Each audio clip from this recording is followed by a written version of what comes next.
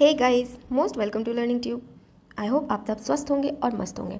दोस्तों, आज का वीडियो एडजेक्टिव का ही अगला पार्ट है। आज हम लोग कुछ ऐसे एडजेक्टिव्स जो सिमिलर होते हैं पर उनमें कुछ कुछ डिफरेंसेस होते हैं जिसकी वजह से हम लोग कन्फ्यूज़ होते रहते हैं, तो उसमें डिस्टिंक्शन करना सीखेंगे और आज के बाद कन्फ्यूज़न क्लियर हो जाएगा। और ये एडजेक्टिव का अंतिम वीडियो है, इसके बाद एडजेक्टिव भी कंप्लीट हो जाएगा। तो हम लोग पार्ट्स ऑफ स्पीच का 4 टॉपिक कंप्लीट कर चुके हैं, नाउन, प्रोनाउन, वर्ब और एडजेक्टिव। उसके बाद एडवर्ब की बारी आएगी और जब पार्ट्स ऑफ स्पीच खत्म हो जाएगा उसके बाद हम लोग टेंसेस से स्टार्ट करेंगे। तो स्टे ट्यून्ड, बहुत कुछ आने वाला है बट आप लोगों की सपोर्ट से ही आएगा। अगर सपोर्ट मिलेगा चैनल को तभी हम मेहनत करने के लिए मोटिवेट होंगे ना। तो वीडियोस देखिए, अच्छे लगे तो दोस्तों के साथ ज़रूर शेयर कीजिए जिनको नीड है, जो इस तरीके की स्टडी जिनके लिए यूज़फुल है, और चैनल को भी सब्सक्राइब कीजिए। तो चलिए वीडियो स्टार्ट करते हैं। पहला इस तरीके का पेयर है, देखिए, ओल्डर और एल्डर। ये क्योंकि ओल्डर और एल्डर हम लोग जब किसी बड़े की बात कर रहे हैं तो ओल्डर भी यूज़ होता है, एल्डर भी यूज़ होता है, पर कुछ इसमें क्लियर मतलब नहीं होता। कई बार एल्डर लगा देते हैं, ओल्डर लगा देते हैं, पर कहाँ क्या लगना है ये देखिए, पढ़ते हैं।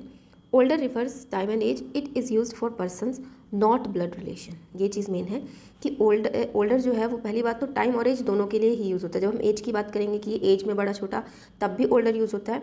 और समय की बात करें, समय इन द सेंस जैसे कि अगर हम किसी चीज़ को पुराना बोले ना, ये वो पुराना है, तब भी ओल्ड का यूज़ होता है, ठीक है।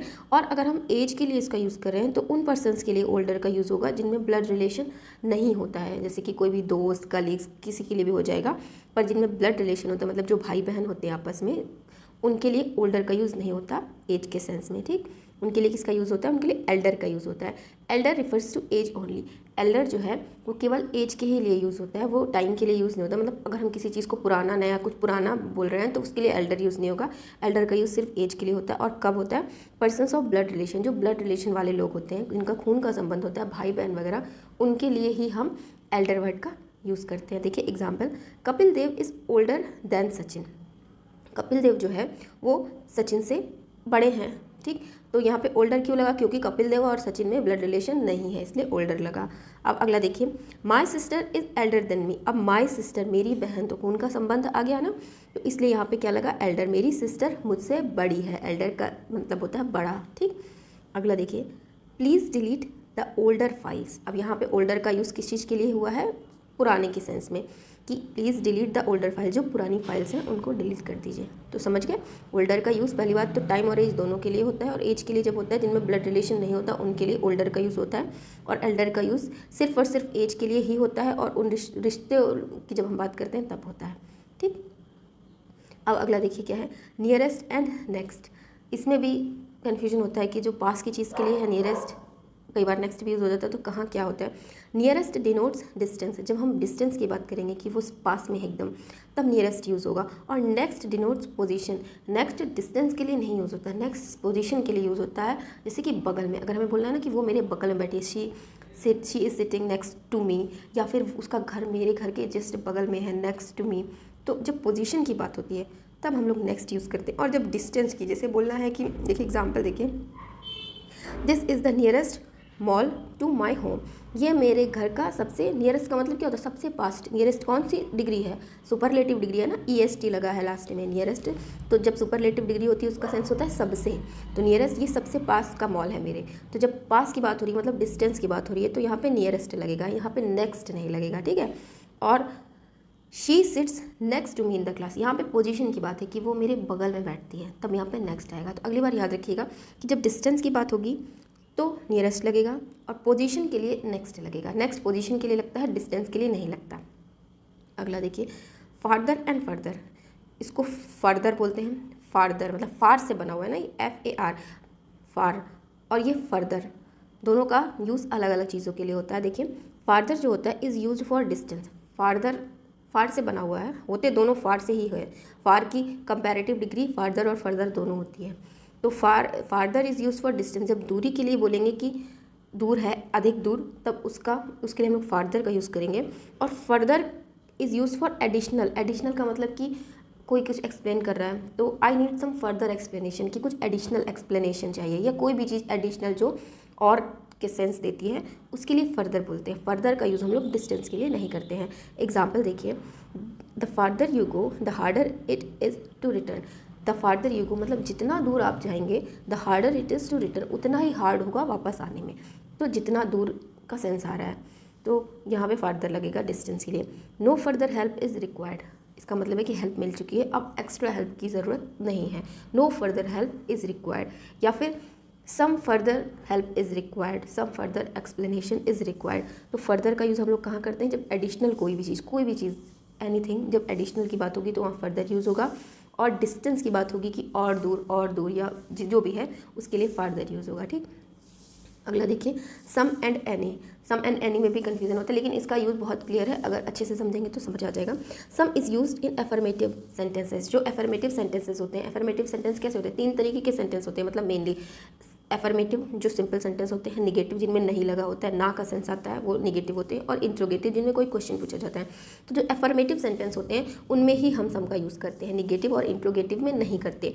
लेकिन वाइल मेकिंग मिस्टेक्स या फिर इंट्रोगेटिव में एक केस में सम का यूज़ हो सकता है, जब हम उसमें कोई रिक्वेस्ट कर रहे हो, किसी से कुछ रिक्वेस्ट करेंगे, क्या आप प्लीज़ मुझे थोड़ा सा ऐसा देंगे, इस टाइप का कोई सेंस बन रहा होगा रिक्वेस्ट वाला, तब थोड़े के सेंस में सम का यूज़ कर सकते हैं। अदरवाइज सम का यूज़ हमेशा अफर्मेटिव सेंटेंसेस में ही होता है। ठीक है, और एनी जो है, एनी का यूज़ हमेशा निगेटिव और इंट्रोगेटिव सेंटेंस में होता है, ये बात याद रखिएगा। एनी का यूज़ कभी भी अफर्मेटिव सेंटेंस में नहीं होगा।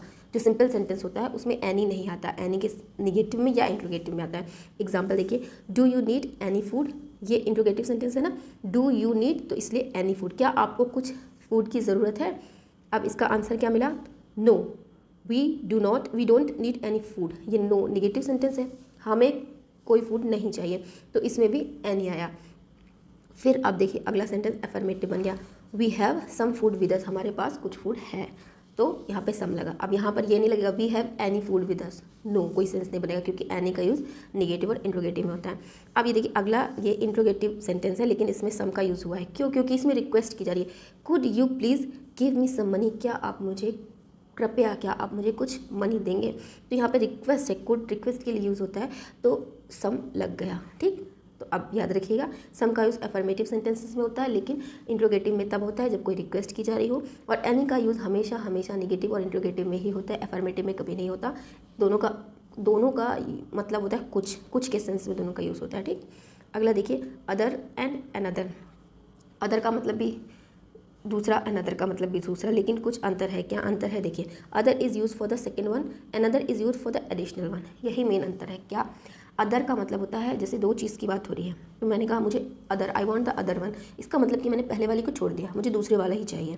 लेकिन अनदर का यूज़ होता है, अनदर का क्या मतलब, देखो अनदर को जब तोड़ेंगे तो बनेगा एन प्लस अदर, बनता है ना, एन प्लस अदर, मतलब पहले वाला भी चाहिए और दूसरा भी चाहिए, उसका मतलब होता है, इसीलिए इसमें लिखा है एडिशनल वन। जब 2 चीज़ों की बात हुई, अगर मुझे बोलना है कि मुझे ये भी चाहिए प्लस अनदर दूसरा भी चाहिए, तो एडिशनल, ये भी और वो भी, तब अनदर, और पहला छोड़ के दूसरा तो अदर। एग्जाम्पल से समझ में आएगा, देखिए I am still feeling cold, please give me another blanket, इसका मतलब है कि मुझे अभी भी ठंड लग रही है, कृपया मुझे एक और ब्लैंकेट दो। अनदर का मतलब होता है, एन का मतलब एक, अदर का मतलब और, एक और ब्लैंकेट। ठीक, एडिशनल।